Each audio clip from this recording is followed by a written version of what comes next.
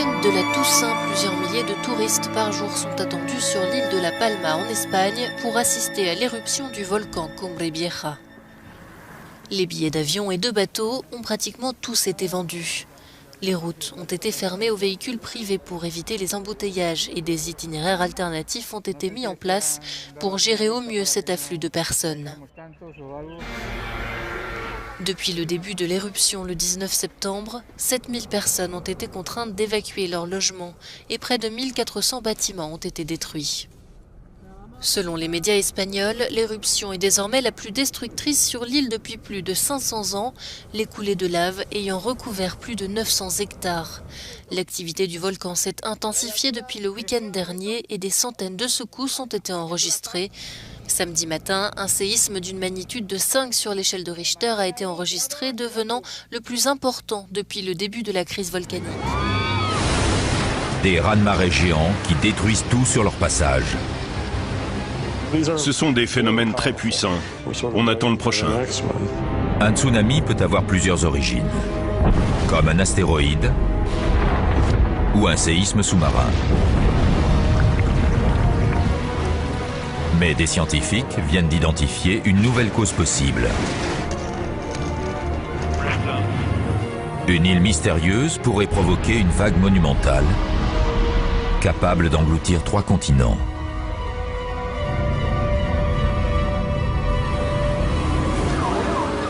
Ce tsunami potentiel est une menace dramatique. Cet événement changerait le cours de l'histoire.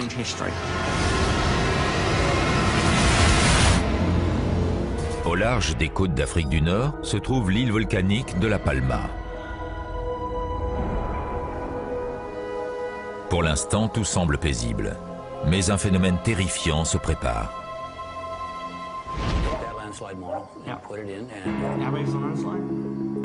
Stephen Ward et Simon Day sont les auteurs de ce scénario catastrophe. Ils pensent qu'un jour, une vague géante va se former tout près des côtes de La Palma. Elle fera presque 900 mètres de haut et sera assez puissante pour détruire une grande partie de l'Amérique du Nord et du Sud. Ce cauchemar a un nom, un méga tsunami. Aucun être humain n'a jamais vu de vague aussi grosse. Une énorme quantité d'eau s'élèvera jusqu'à 900 mètres de haut. Imaginez une montagne qui avance.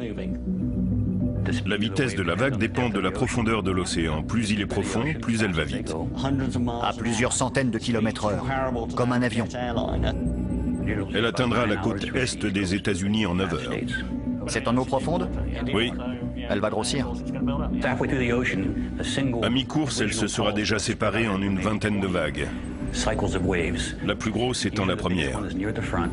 En approchant de la côte américaine, elle atteindra plusieurs centaines de mètres de haut.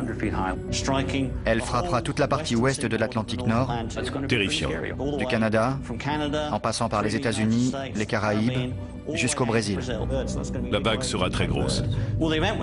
Cet événement changerait le cours de l'histoire. Plus de la moitié de la population du globe vit sur les côtes. Aux États-Unis, le littoral le plus peuplé se situe entre Boston et Washington.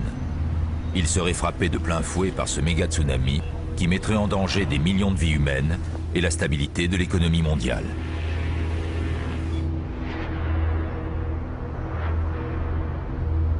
Si une vague géante s'abattait sur New York, elle détruirait un des berceaux de l'activité économique américaine, ainsi que la plus grande bourse mondiale.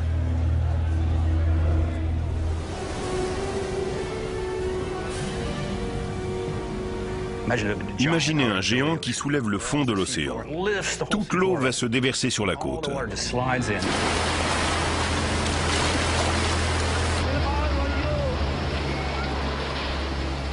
Les rochers, le sable, les débris, les voitures, tout ça a littéralement broyé les gens.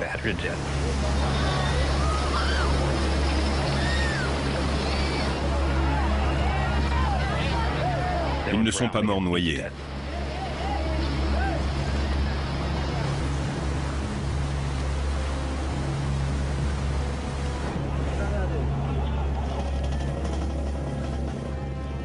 Un méga tsunami serait encore plus meurtrier que la catastrophe de 2004.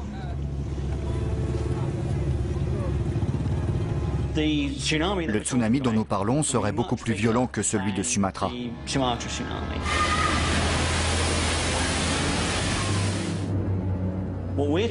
Toute la côte est américaine ressemblerait à la côte indonésienne. Il y aurait un couloir de destruction totale de 2 ou 3 kilomètres de large.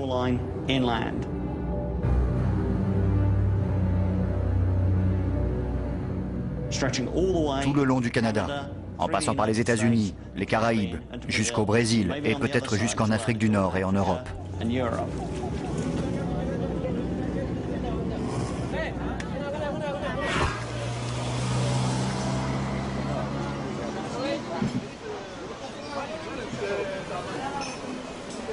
Le tsunami que craignent Simon Day et Stephen Ward ne serait pas provoqué par un astéroïde ou un séisme, mais par l'île volcanique de La Palma.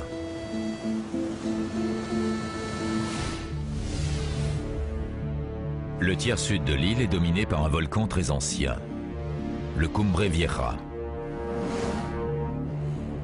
Il ne ressemble pas à un volcan ordinaire. Il n'a pas de cône central, mais une longue crête parsemée d'évents volcaniques et de cratères.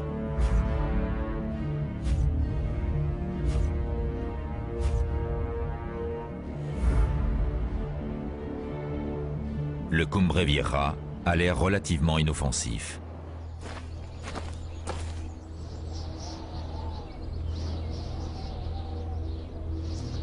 Simon Day et Stephen Ward le croient pourtant capable de déclencher un méga tsunami. On pense que le Cumbre Vieja pourrait provoquer un tsunami géant si une partie du volcan se détachait et glissait dans l'océan. Le facteur déclencheur serait un énorme morceau de rocher. Il mesure 24 km de long sur 24 km de large et 3 km d'épaisseur. Et il est taillé pour fendre l'eau à la vitesse de l'éclair. À pleine vitesse, le bloc avancerait à 50 ou 100 mètres par seconde. C'est la vitesse d'un train express. L'effondrement du Cumbre Vieja serait précédé de nombreux signes avant-coureurs. Les évents sur la crête cracheraient des nuages de cendres. De la lave jaillirait de fissures et dévalerait les pentes du volcan jusqu'à l'océan. Des incendies ravageraient les forêts qui recouvrent le flanc des montagnes. La terre tremblerait, détruisant les villages. Et ensuite, un énorme morceau de l'île commencerait lentement à se détacher.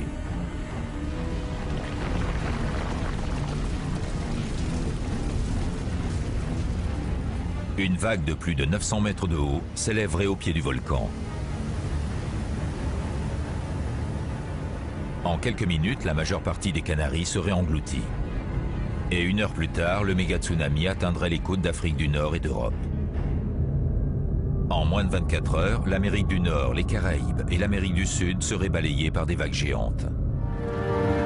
L'île de La Palma a eu un passé géologique agité. Des falaises ont glissé dans l'océan, des cratères géants se sont formés au fil des éruptions. Tous ces bouleversements pourraient avoir un impact dramatique sur notre planète.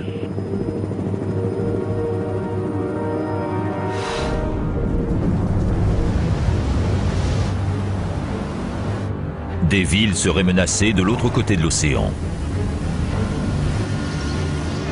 Et leur sort serait scellé depuis la nuit des temps.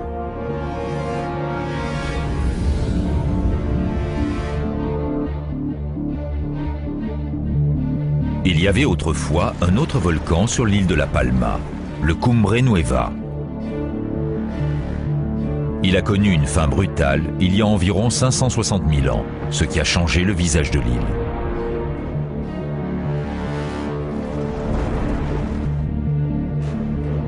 Le volcan s'est effondré.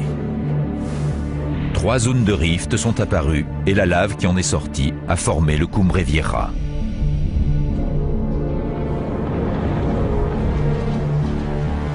Les premières années du Cumbre Vieja sont cruciales pour Simon Day et Stephen Ward. Son flanc ouest s'est formé sur les vestiges du Cumbre Nueva, ce qui le rend instable.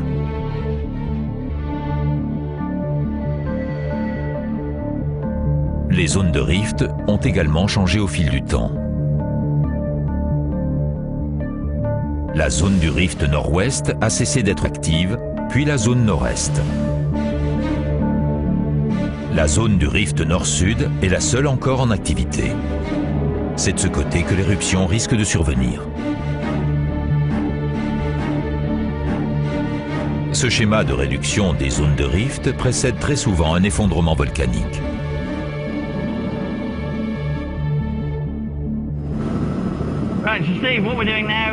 On est en train de survoler la zone du rift nord-sud qui est actuellement active.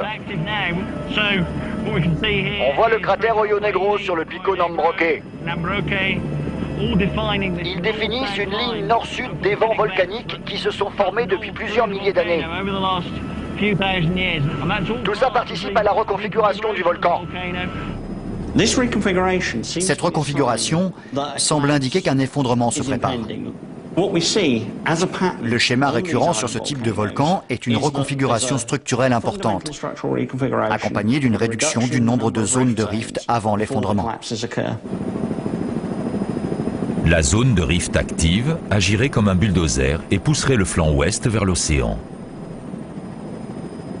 C'est très impressionnant. Après des années à reproduire ce volcan sur mon ordinateur, c'est merveilleux de le voir en vrai. On y est. C'est super.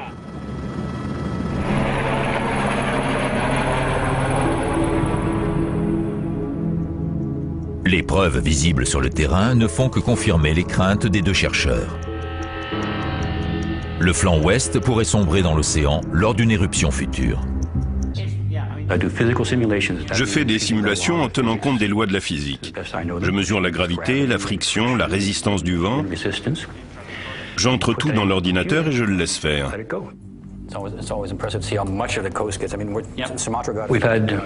Beaucoup de gens critiquent notre étude. Mais si la masse rocheuse et la vitesse correspondent à nos estimations, je maintiens ce que j'avance.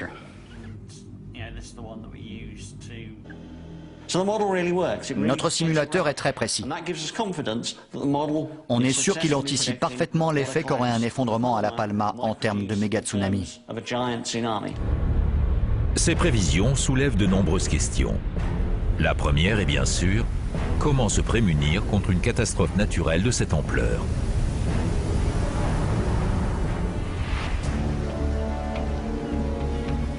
Aux États-Unis, c'est le travail des autorités locales.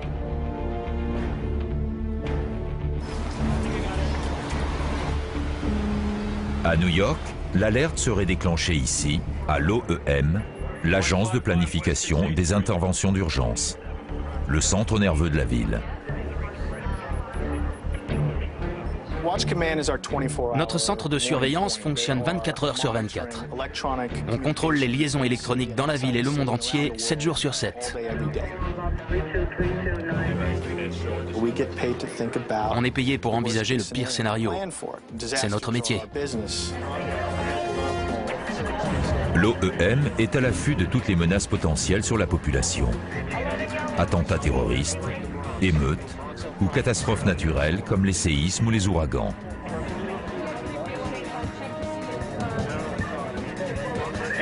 Rapport sur l'accident. Pour l'instant, pas de blessés.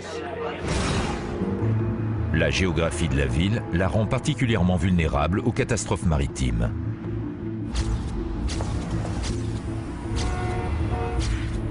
New York compte 8 400 000 habitants sur 780 km² répartis en 3 îles et une péninsule qui est à environ 15 mètres au-dessus du niveau de la mer. Donc on est vulnérable.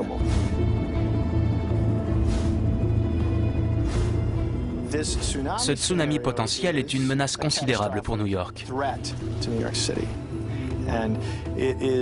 La probabilité est faible, mais les conséquences seraient très graves. On y pense et on s'y prépare. Très sérieusement. Si le Cumbre Vieja en éruption et que l'île de La Palma se mettait à trembler, l'OEM et le maire de New York seraient confrontés à une décision cruciale. À quel moment ordonner l'évacuation? Les habitants de Brooklyn, du Queens et de Lower Manhattan seraient les plus exposés au danger, car ils sont les plus proches de la côte. Mettre tous les habitants en sécurité pourrait prendre jusqu'à 18 heures.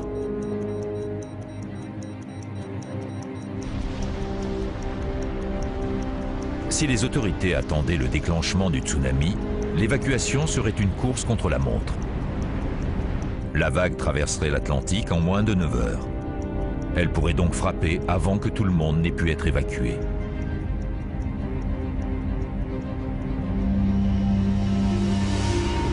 Mais si l'ordre d'évacuation a été donné trop tôt et qu'une éruption du volcan ne provoquait pas d'effondrement, le coût d'une fausse alerte serait astronomique. Ici le centre de surveillance de l'OEM. On s'apprête à envoyer les secours.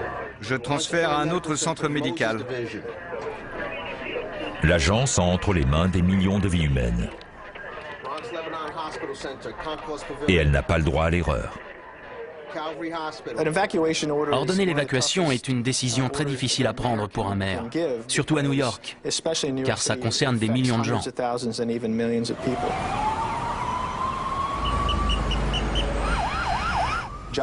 On peut très vite se retrouver dépassé, et c'est là que la confusion s'installe. Notre travail est de communiquer et de coordonner.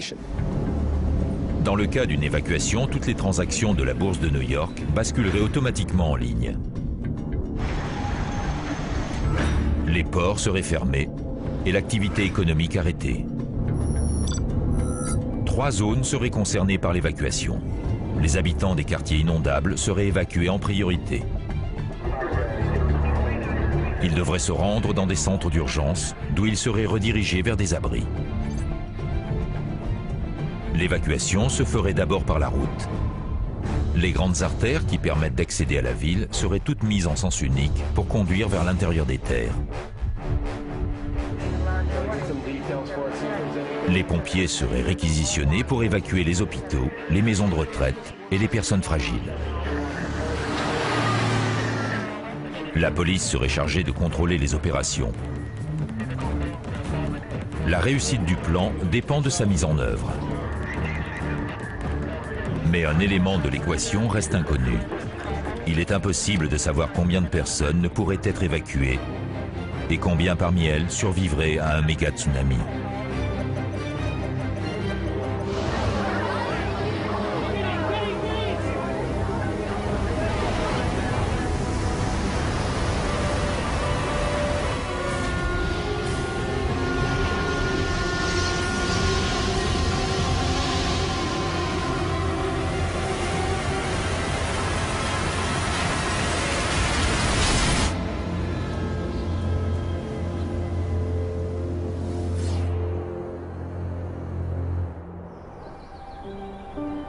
Aujourd'hui, l'île de La Palma est paisible. Le volcan est endormi, le sol ne tremble pas. Mais ce calme est peut-être trompeur.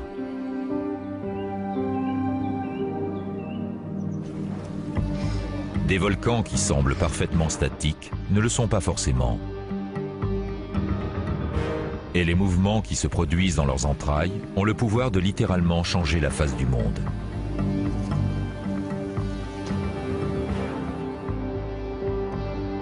Les prochaines éruptions du Cumbre Vieja auront-elles des répercussions catastrophiques? Simon Day et Stephen Ward ne se veulent pas alarmistes, mais ils appellent à une surveillance accrue. La grande question, c'est de savoir quand l'effondrement va se produire. Quand le méga tsunami va frapper l'Atlantique Nord. On n'a pas la réponse. Il va vraiment falloir surveiller le volcan de près lors de ses prochaines éruptions.